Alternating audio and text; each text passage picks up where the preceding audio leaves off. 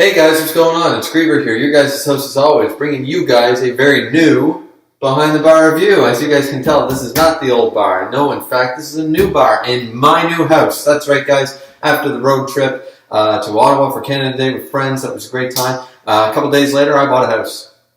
So now I'm living here now, but thankfully it did come with a bar, so I don't need to change the name of the series Behind the Bar reviews. So, that being said, I apologize, guys. I've been just so busy with the whole setting up the house and moving in and all that stuff. Yeah, I'm sure you guys can understand. That is why the channel has been on a 2 to 3 week hiatus. One thing, the road trip, and then up came this thing. So, and then I have to go back to Montreal at the end of July, so it'll be another hiatus there. But I wanted to try to get some video content flowing, but I didn't know where to begin. Where do I come off of? Do I just forget the last couple chapters of each series I review and just jump to the next week when I have time? Do I do a double feature review and go back? Do I try to just cram everything into one thing? Do I make an extra long video? What do I do? What do I start off with? So for the last few days, I've just been, trying to figure out what's the best way to jump off this hiatus from the YouTube channel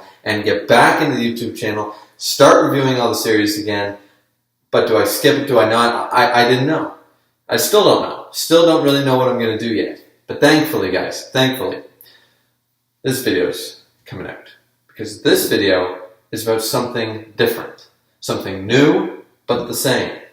The one-shot Burn the Witch by Tite Kubo, creator of Bleach. One of my favorite series, my favorite of the big three. My favorite of the big three always was. I know there's a lot of issues with it, guys, and I know that One Piece, Goda is the man, in the manga world. I understand that. But Bleach, man, out of the three main characters, Naruto, Luffy, and Ichigo was always my favorite. I watched the whole anime of Bleach. I even watched the filler of Bleach, which we can all agree was probably some of the worst filler out of all the big three fillers. So, for me, this came at a great time. And I don't know when it actually came out, guys, if you guys have already read it and seen it and all that stuff, but for me, I found out that it came out last night. That's when I first read it. And I thought, you know what, after a couple week hiatus, what better way to start off getting back into YouTube than with something fresh, something new, and something that I love. So I loved Bleach. And this one shot, I would give this one shot a 6, maybe a 7.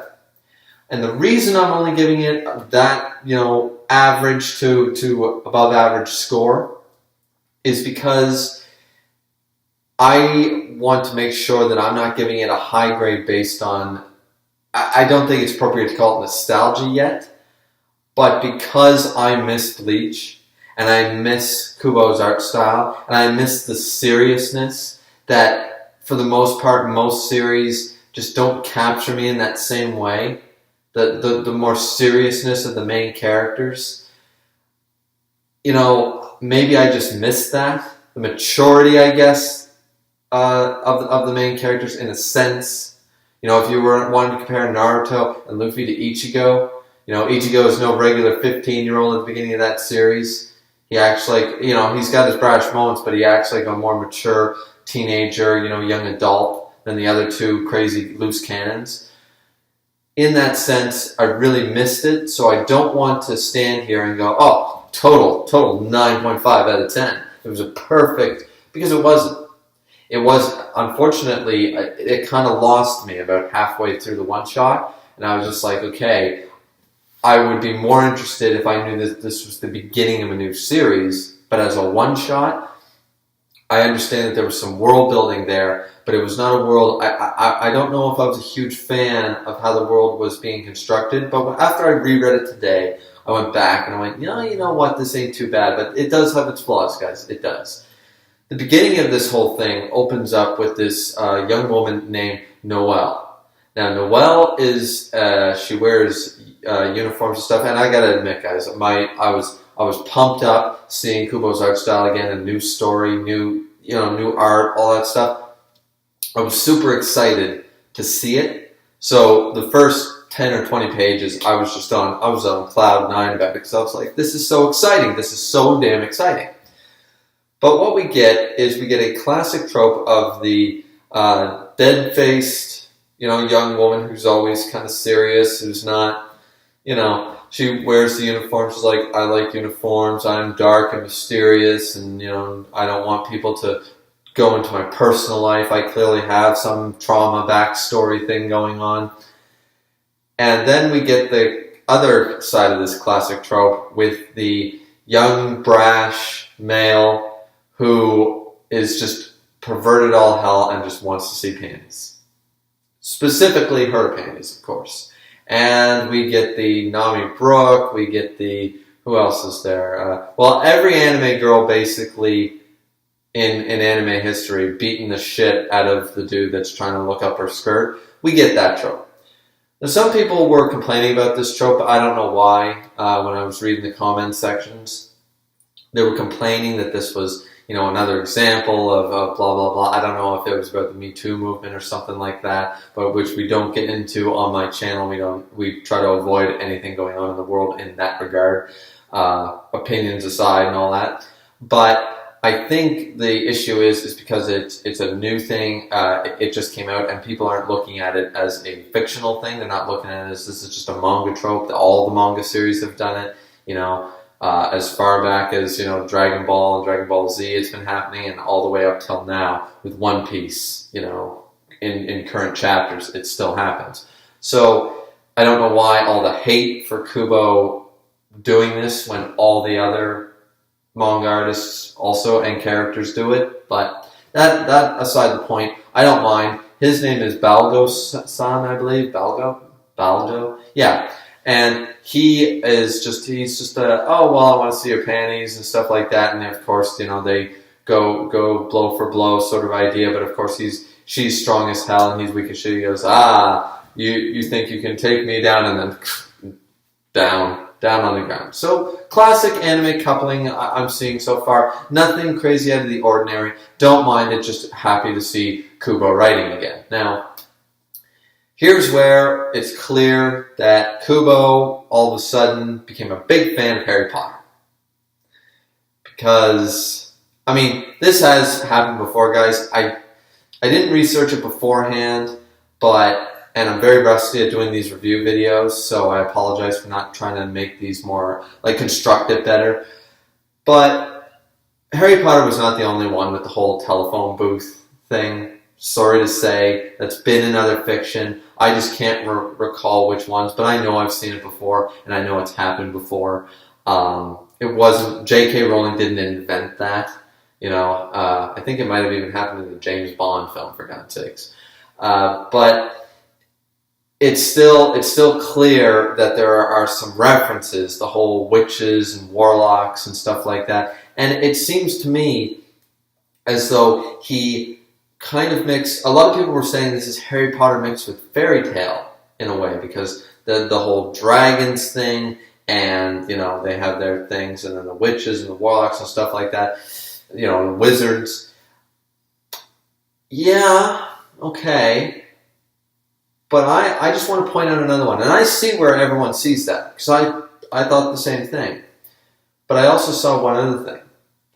I saw, okay, this is all about London, front London and reverse London. Frontal London and reverse London. Reverse London being like a parallel world on the other side, being a different version of London, pretty much,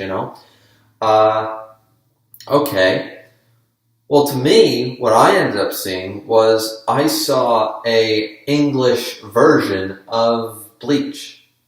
Like English as in real, like England, like the UK. I saw, okay,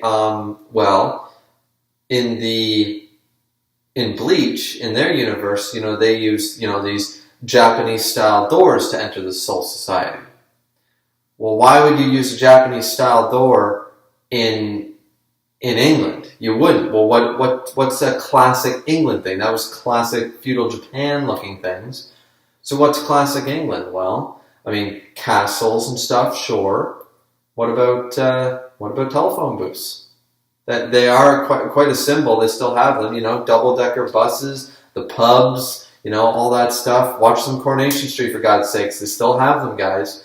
So the Western influences, it just appeared to me as though this was just a Western influence. Instead of these demonic hollows and stuff, they had dragons being very classic European fairy tale stuff. They call them dragons instead of hollows, sort of idea. Witches and warlocks instead of Shinigami. Because, once again, Japan to, like if you were to go back and take the mythology of the UK and the mythology, or of Europe in general, and the mythology of Asia or Japan in general, you'll find that the things are very similar. They are just given different names, a Baba Yaga, for example, is a witch in a different culture. But over here, you call them witches. Ghosts, spirits, Shinigami, Grim Reapers. Like similar and same type of monsters, entities, deities, but given different names and slight alterations to what they are considered in different parts of the world. So to me, it looked more, as I was reading, I saw the similarities to Bleach, but I also saw the fact that it appeared to me that this wasn't trying to do anything fairy tale, Harry Potter-esque. It was simply taking the same type of mechanics as Reverse London is the Soul Society, and the whole telephone booth is the portal from the Soul Society that Byakuya and Renji opened, and things like that, or Kisuke Urahara could open, things like that. So, opening up the Dongai and things like that. So, to me, it just appeared to be like more of a Western take on if Bleach was in the UK, the Bleach world, the Soul Society, all that. That's an interesting concept, but and we'll get to the end of the chapter where that becomes sort of a good theory sort of idea with some credentials. But I honestly did. I saw the whole Harry Potter thing going on and the whole fairy tale thing vibes from it, but at the same time, I saw more original Kubo style in this than I saw a ripoff, should I say. Now, they go through this one shot. I'm not going to go through it page by page. I wanted to set up the initial reaction here, and I wanted to tell you guys my thoughts.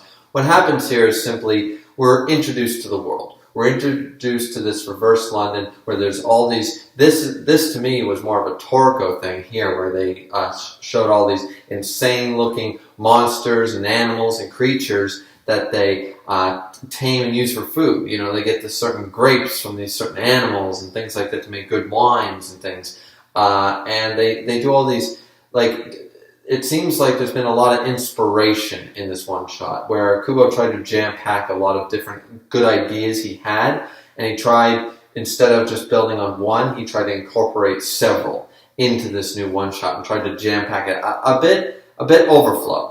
I think when he poured it, it just it started to overflow onto the counter a little bit, where he tried to jam too much into too few of pages, but and do a lot of world building in very quick, big long, a bunch of explanations about world building, then trying to jump back into the story too quickly. The transitions were a little off for me, but we are introduced to these characters that they're supposed to go and find dragons and stuff. Dragons, they basically a hollow is what a dragon ends up being, a dark dragon and stuff, such like that. So the rest of the chapter continues to build up the world and show us how they tend to fight, and they're disguised their dark dragons and all these other type of dragons and stuff like that. And they go back to when they're on a mission, this Noelle girl and her partner in crime. Balgo has woken up and has told his best friend this story all about, like, oh, she disappeared in a phone booth and all this stuff, and it's like, no, you're crazy. Like, you got smacked around trying to look up her skirt one too many times. You're insane. So just as they end up at the telephone booth again, and just as Balgo turns around, we see that the cute little puppy that he's got, all of a sudden, boom, out of it pops this big dark aura. Of course, Kubo loves his black and white, so we see big black wing looking thing, and this dark dragon thing pops out. Now, this is where Noelle and her, not her assistant, but her comrade, I should say, they show up after the distress signal is called, they show up to try to, capture the Dark Dragon or kill the Dark Dragon and stuff, and then the Dark Dragon just cries out, "Let me see your panties." And so apparently these dragons, just like hollows do in the Bleach universe, they feed off of negative emotions and other types of emotions. So this dog being around Balgo and all about like, "Noelle, let me see your panties," has taken on that trait. So yeah, that was kind of funny. I can imagine if that ever got animated, how funny that would be, because that came out of nowhere, and I actually kind of I snorted, and I kind of laughed, and I was just like, all right, that was a twist I did not see coming. Now she's embarrassed as hell and just wants to kill him, just wants to totally murder this guy. But we also find out that as they try to run away and stuff, the best friend there tries to explain to Balgo that the puppy was dead, and Noelle also explains, they start talking and they start explaining that these are disguiser dragons, they take on a corpse, so this stray dog was actually a dead corpse, which the dragon then inhabited and brought it back to life to kind of hide and try to incorporate itself into the regular society, with the sole purpose, apparently, of if you eat a witch, one of the witches like Noelle and her partner are, you become immortal. The dragon will become powerful and immortal, so that's why they're after the dragons now, or the dragons are after the witches. Now, this is where Balgo doesn't want to believe that his little puppy is dead, and then the best friend all of a sudden turns into a dragon as well. So now it's not only the pet that was a dragon, a disguised dragon, but his best friend, this Selvi guy,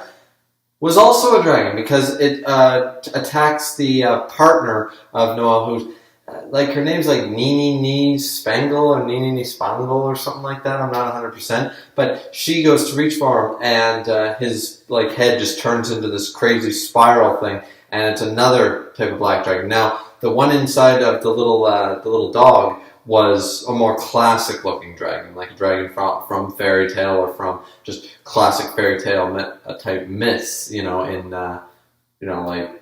anything like Sleeping Beauty or something like that. But this thing is this weird, twisted, twirly thing with a long, looks pretty disgusting actually.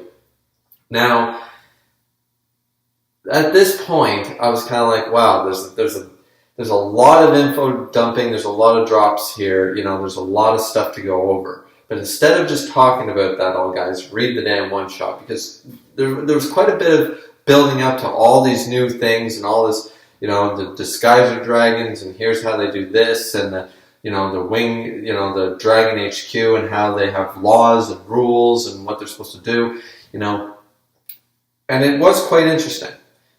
But here is the point I think that I like the most.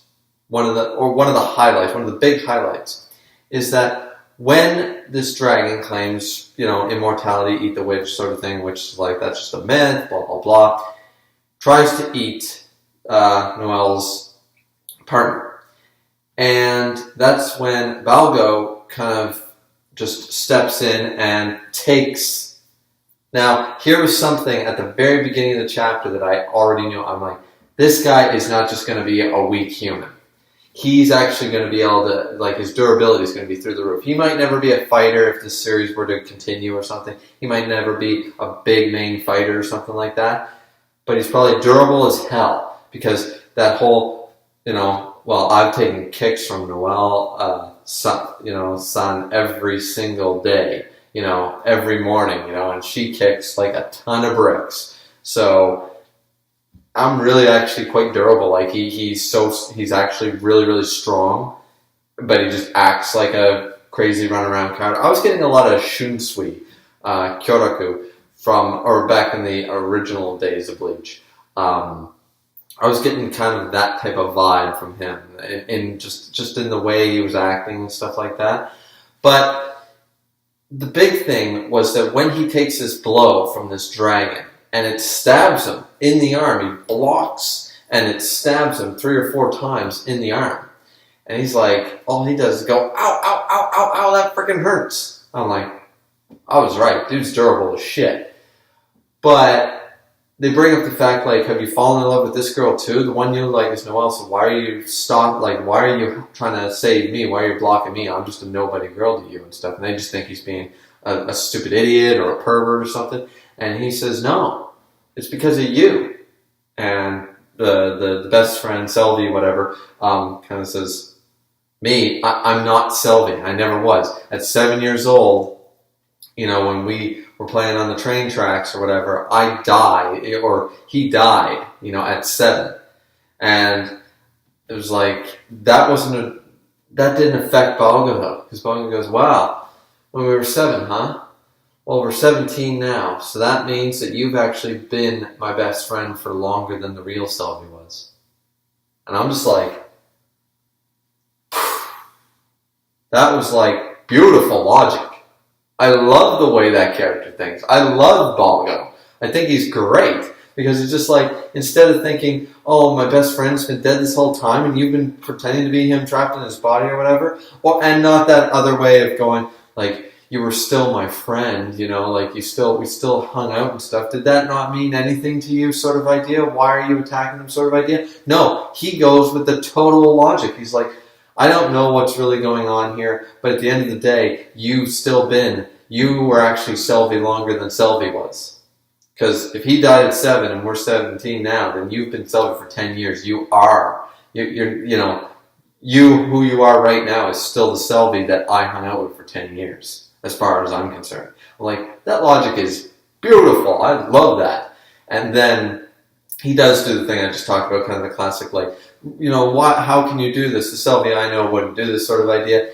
But he does it a more tactful way, just kind of now you're saying you're going to eat these chicks, you're going to start eating people all of a sudden. He goes, how can I just stand to the side and watch you do this when, that's not who you are? Now, this is where this dragon, this Selby dragon, does not want to actually hurt Balgo if he can help it. He keeps saying, run away, go away, move aside, I don't want to kill you, because he's not an unfeeling monster sort of idea, but, because he was his friend, for that whole decade.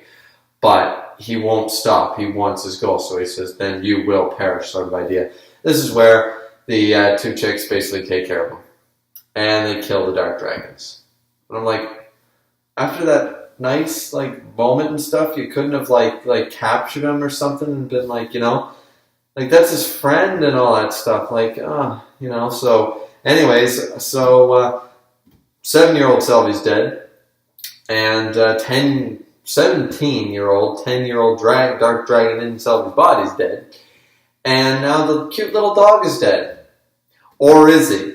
Because then here at the end of the chapter, we see all this other stuff. We see that there's all about this different squad, like a promotion sort of thing, reminiscent to me of joining the 13 Court Guard squad sort of idea. And the branch chief of these 2 girls, I guess, got promoted for this or something like that. And then we find out that Balgo has become a haunted one. He's classified as a dragon-type species because he's been in an association with a dragon for over 10 years, plus he was bitten by one and all this stuff. He's too close to being a dragon than a human. They refer to this as a haunted one. So now he's in their care and he's got to stick around. So this is where we would, if the series were to continue, we'll discover the rest of this grand world. Now, as I said, the dark dragon, as far as I was aware, both of them were killed. But then the little dog's back and saying, show me your panties, to Noelle. So I'm glad the little furry dog ain't dead, because that's such a cooler mascot than the one that here, what's his name uses, who is it? Anyways, it's a way better mascot than someone like Happy or whatever like that, from Fairy Tale and stuff like that. That little dog is so damn cute. And how are you going to get mad at a little dog asking to see your panties? So, it's just grand. But why is the dog alive? I'm missing some key information here, I think. But, anyways, and then we see here, at the end, we do see her panties. So that's the ironic part. At the end, we do see her panties. Just a little bit. But we also see that the sign that was broken in the beginning of the chapter that the guys were trying to fix is Soul Society West Branch. That's what the WB stands for. This is the West Branch of this Soul Society, because further back in the chapter they talked about how if this telephone booth led you to the mystical reverse London, wouldn't it say like RL for reverse London? Why would it say WB?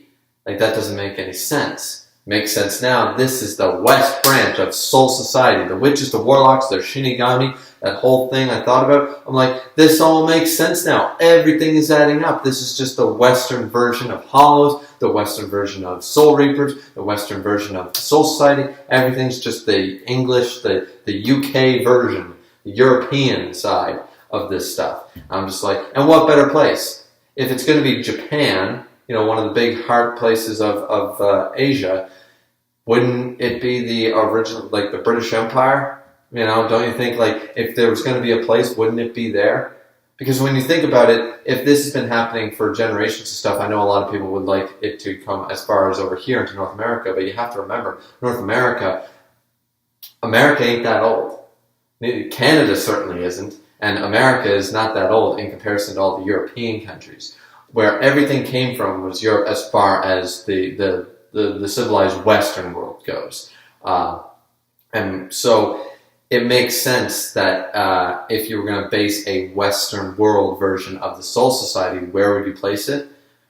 Well, England sounds like a pretty damn good spot. London is one of the biggest hubs, one of the grand cities of the world.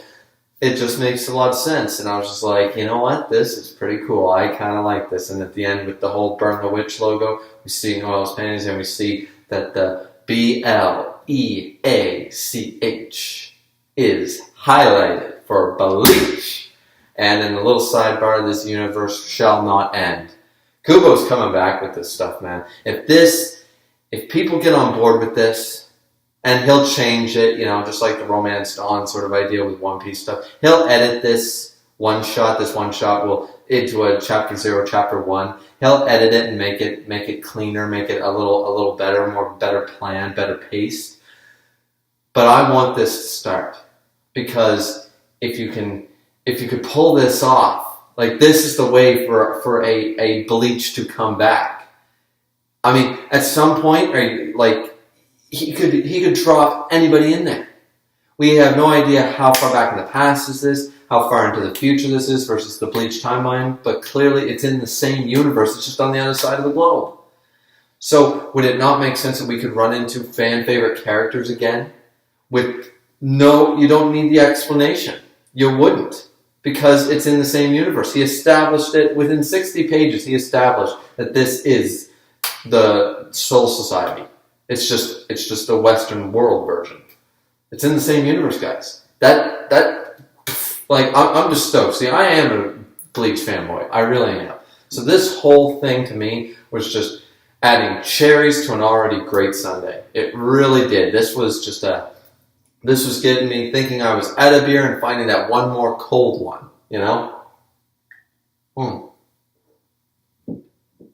I'm sorry that I'm fangirling over here, guys, but this, and I do apologize for this review being very, spotty, very choppy, me being all over the map with it. I am out of practice. I can't believe 3 weeks and you get this out of practice, so you really do. Plus, I'm in a new location. I'm not sure where I should be standing, where I should be, I'm just trying to be center and that kind of thing. But yeah, this, I liked it. And I would give it a solid, myself, for a personal, I'd give it about an 8. I'd give it a solid 8, if not higher. But just in case some of this is coming from the hype of, Bleach, this is a potential sort of Bleach comeback, a new character sort of thing. This is, we're back in that universe. It's Kubo again. I'm a big Kubo fanboy. So assuming that part of the reason that I'm really into this is because of all these factors, that's why I would give it about a 6 or 7 in an honest perspective. But for me personally, it's easily 8.5. Easily. Because it was so great to see all this stuff again and just see that art style. And I was into the story. I saw my moments, as I said before, with the Harry Potter references sort of idea and the little bit of fairy tale, like let's make complicated dragons out of this stuff. But once again, as we found out, that this is more of a Hollow Shinigami thing coming back than any reference to any other fiction. So I don't know, guys. What did you guys think? Seriously, post in the comments below. Tell me what you think.